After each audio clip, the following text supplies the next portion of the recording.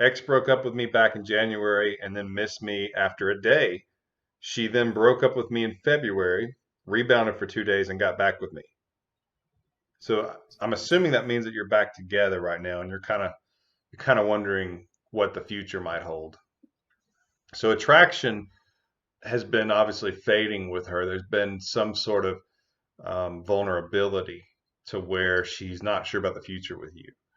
And so this is another situation where I'd love to know some more details, and a coaching call with Ken would be great, for you to share those. And right there on the screen shows you how you can book it. But the key is focusing on the moment, focusing on having great experiences with her, and not talking about some of this stuff. Now, she rebounded, so that's different than cheating because she did come back.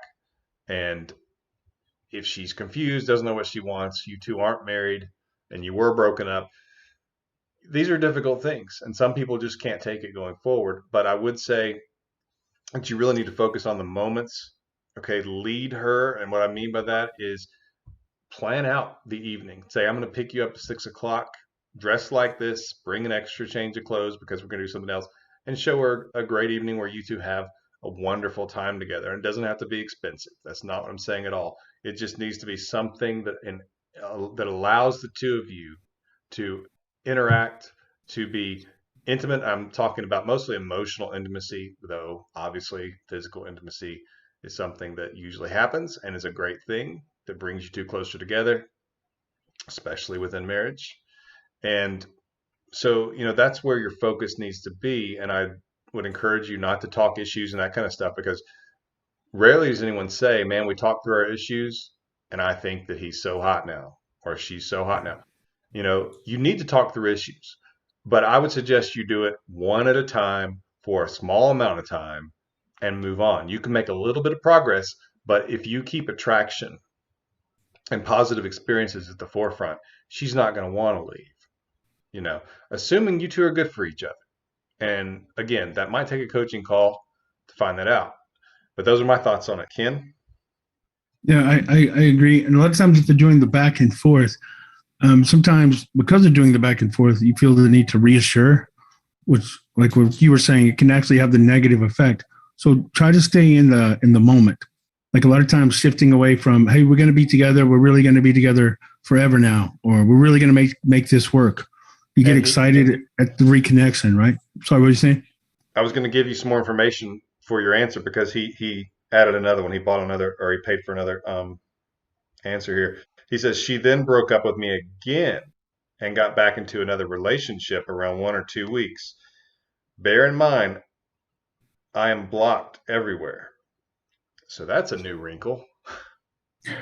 Yeah, that sounds like either. I mean, that even has a little bit of hint of borderline, the back and the forth, That's uncertain bad news. or narcissistic. But if you want them back when they come back, try to avoid. Coach Lee refers to it as the buyer's remorse. So to kind of prevent that whiplash effect, it's better to just, even if they come back, you're open to the idea. I wouldn't rush back into anything with labels on it. Just try to take it one day at a time. But I think you're in for some more turmoil if you get back on that ride. Which I'm not judging you. I mean, people want relationships that they consciously know. It's a good chance this is still going to stay a little bit dramatic. I Like would even when also they come tell back, you, you'll be looking for it, right? Sorry, go ahead. I would also say, man, yeah, be open but skeptical, like with a capital S, because I mean, she's going all over the place. Another relationship around 1 or 2 weeks. Now she's blocked you. I mean, this is not good for you. And just being honest with you, I would turn the other direction and And move Ryan, on, if you can. I mean, I get it that even the fact that this person is doing this to you, it makes you feel like you've got to win. You've got to win her back. You've got to overcome the rejection, the challenge, the mystery of someone doing this to you, even. So there's a lot of things that still will pull you back. But if you can try to look at it with just your mind, try to take your heart out of it. Your heart's great for certain things, but with things like this, your heart is just not a good voice. You've got to use your head, and you've got to look at this kind of mathematically. someone who's good for me and who I would have a great future with would not continually do this to me. One time, hey, we're all imperfect. She's doing it repeatedly and blocking you and just, she's terrible to you. And I don't know what, and I don't mean this badly, but I don't know what you're getting out of it. I don't know what you see that's in it for you, because I don't see anything being in it for you. And I'm telling you, there's women out there who won't do this to you, man. I mean, there are, and you need to go find her. You need to go find them, because Yeah. this girl just. I mean, I don't mean to be. I don't mean to stifle your hope, but I kind of hope you don't get her back, because I don't want you to go through this again. This is miserable, Yeah. and she's doing it to you, Kim. Yeah. Yeah, and this might help sometimes. Sometimes framing helps, and the truth is, sometimes it just hurts to come to that realization, but it's still less hurt than what you're in for if you don't.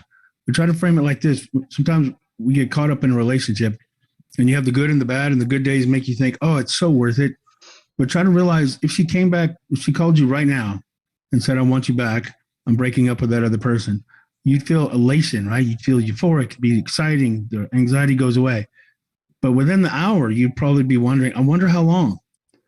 In other words, what feels like good days aren't really good days. They're just less bad days.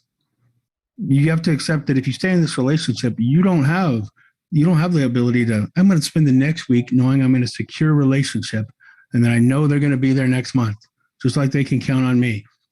With this kind of pattern, even if they come back, you have momentary emotional relief, but you still have, now your pain from missing her is replaced from fear of when she's going to go away again. You don't really have good days. You just have less bad days. It's not worth it. Yeah, and I don't have anything to say to that. That's really well said there.